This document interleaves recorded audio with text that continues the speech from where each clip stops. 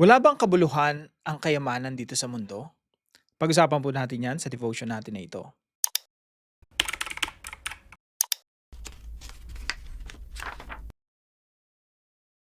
Magandang araw po sa bawat isa sa inyo. Welcome back to our 365 Daily Devotions Bible Characters Edition. Binabati ko po muna si Marie Tatson, Rodel Mabini, and Joshua. Mga members po natin sa Dive Deeper. Maraming salamat po sa inyong pagsubaybay dito po sa ating mga devotions and mga Dive Deeper videos. Now, tutuloy po natin yung ating talakayan patungkol po kay Solomon. Si Solomon na po yung pinakatanyag na hari and probably the wisest king who ever lived, no? So, sabi po dito sa First Kings chapter 10, pag-usapan po natin yung katanyagan at kayamanan ni Haring Solomon. Sabi po dito sa verse 1, "Now when the Queen of Sheba heard of the fame," ibig sabihin sikat na sikat si Solomon, "concerning the name of the Lord, she came to test him with hard questions." So, makikita niyo po rito sa umpisa, no, talagang yung fame ni Solomon, napapapurihan talaga yung Diyos. Kasi kinikilala ng mga iba't ibang mga bansa na si Solomon ay wise king because of Yahweh. So, ganun po, no, binibisita siya ng iba't ibang mga liderato, hari ng iba't ibang mga bansa. Now, talon po tayo rito sa verse 9. Sabi po rito, "Blessed be the Lord your God." So, merong acknowledgement sa Diyos, "who has delighted in you and set you on the throne of Israel, because the Lord loved Israel forever. He has made you king that you may execute justice and righteousness." So, merong papuri sa Panginoon. Then, sabi po rito sa verse 10, "Then she gave the king 120 talents of gold." So, syempre, pagdadalaw ko kay Haring Solomon, may dala-dala ka ring ginto, mga exotic animals, mga regalo galing sa, the best of the best gifts from your land. So, nagdala po si Queen Sheba ng 120 talents. Ang isang talent po, mga kapatid, ay isang talent ay 34 kilograms of gold. So, times 120, kayo na mag-compute, no, kung gaano ka-valuable yung regalo ni Queen Sheba. And of course, may mga spices and all other gifts, no? Precious stones. Now, verse 11, meron pang fleet. Yung fleet, yung maraming mga barko na bumabiyahe na which brought gold from Ophir. Brought from Ophir a very great amount of almag wood and precious stones.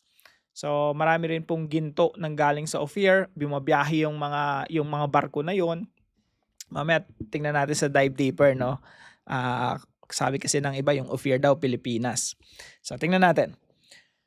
And then, sabi dito sa verse 14, "Now the weight of gold that came to Solomon in 1 year was 666 talents of gold." Sa loob ng isang taon, yung dumarating sa kanyang ginto, 666. I-times mo na lang sa 34 kilograms. Parang nasa 22,000, no? 22,000 kilos of gold. Napakatindi, no? Ibigay mo yan sa misis mo, tuwan-tuwa yan for sure. 22,000 kilos of gold. 666 times 34. Tindi, no? Sobrang bigat nun. Dumarating sa kanya sa loob lang ng isang taon. So, isipin yung gaano kayaman si Solomon. Bukod pa ron, sabi dito, "Besides that which came from the explorers and from the businesses of the merchants and from all the kings of the west and from the governors of the land." Kasi may nagbibigay pa sa kanya yung iba't ibang mga hari tsaka yung mga governors, mga businesses. So, King Solomon made 200 large shields of beaten gold, etc., etc. Verse 18, "The king also made a great ivory throne and overlaid it with the finest gold."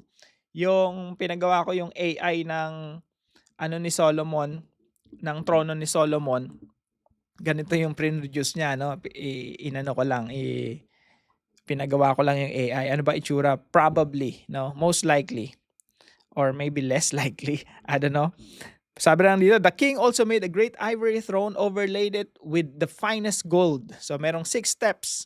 Tapos mga leon na gawa sa ginto.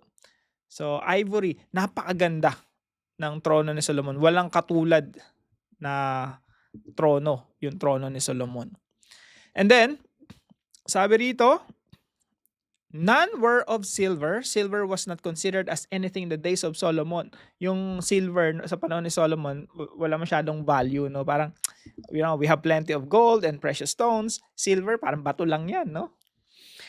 Verse 23, King Solomon excelled all the kings of the earth in riches and in wisdom.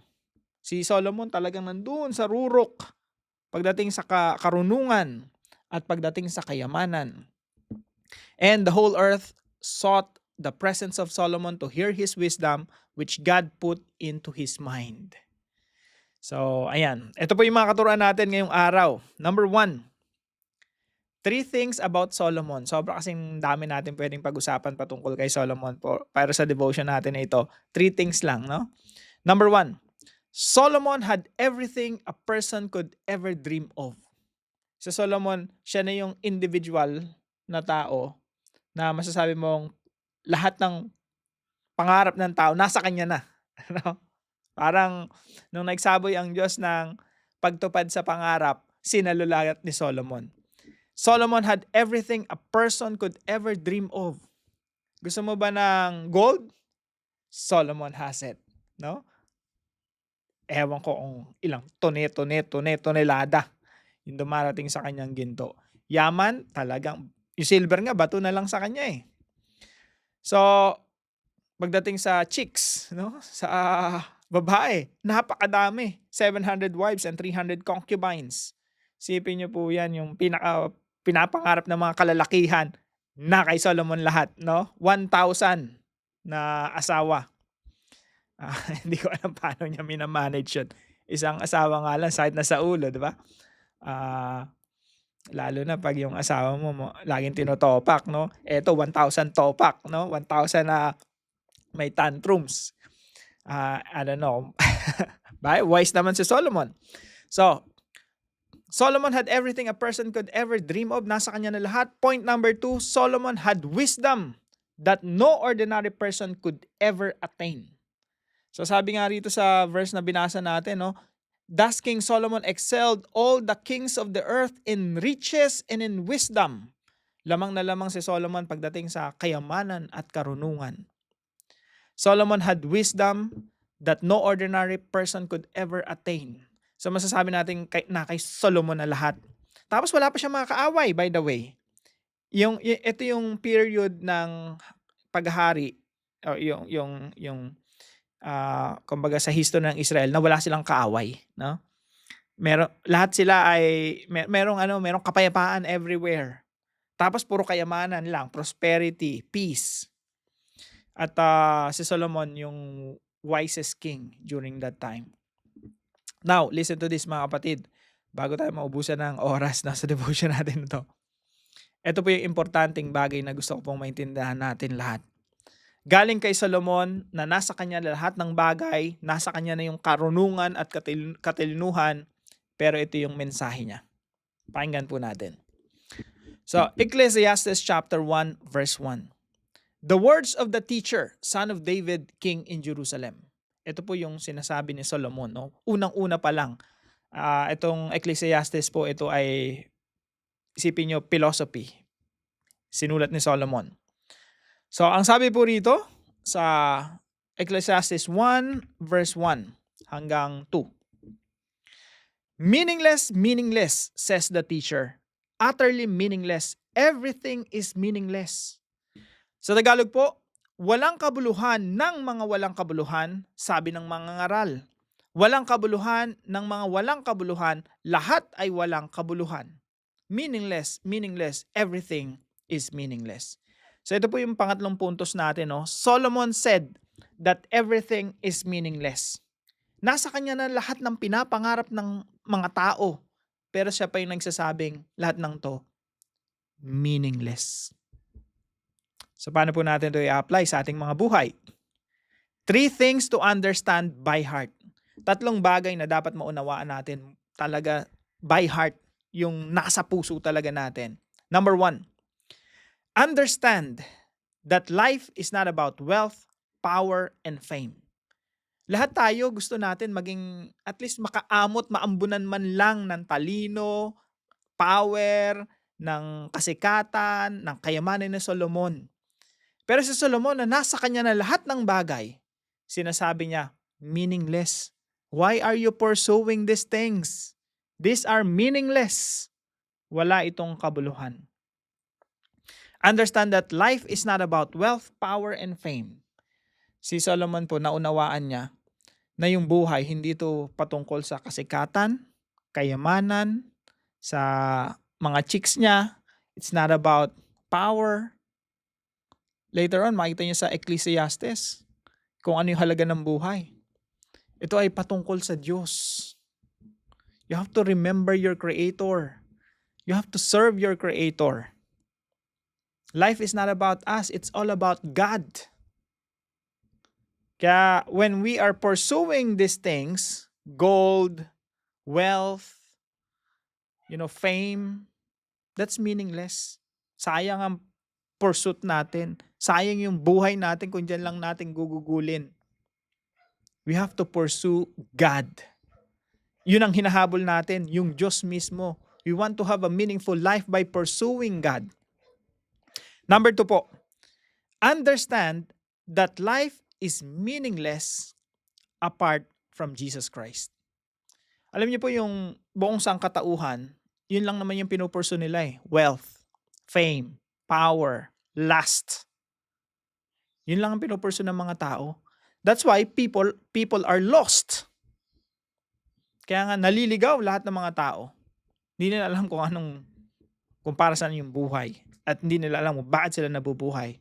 They're just living according to the dictate of their appetite. Kung ano yung sinasabi ng laman, yun lang yung sinusunod ng tao. That's why people are lost. Mga naliligaw. At nakita ng Diyos yung sitwasyon ng tao. Sabi ng Diyos, okay, isusugo ko yung kaisa-isa kong anak, ang Panginoong Jesucristo, in order to give meaning to their lives. Because apart from Jesus Christ, we are all nothing. Apart from Jesus Christ, life is meaningless. Apart from Jesus Christ, vanity, meaninglessness. So understand that life is meaningless apart from Jesus Christ.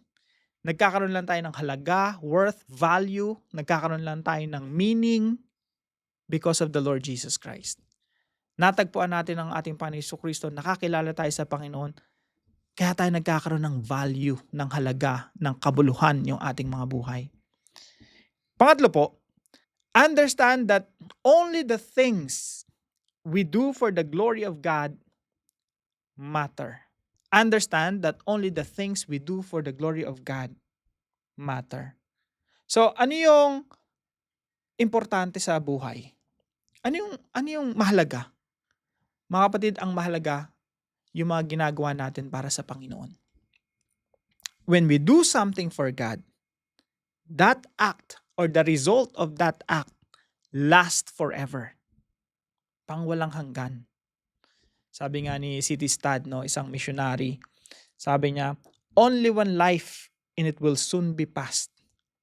But only what's done for Christ will last. Isang buhay lang meron tayo. Mabilis pang mawala. Pero, kung ano yung gagawin mo para sa Panginoong Jesucristo, yun ang pangwalang hanggan. Magtrabaho ka buong buhay mo, mag-ipon ka buong buhay mo, magpundar ka ng kung ano-ano, pero kung wala ka kay Kristo, para saan lahat ng yun? Meaningless. Pero kung lahat ng ginagawa mo para sa Panginoong Jesucristo, that makes your life meaningful.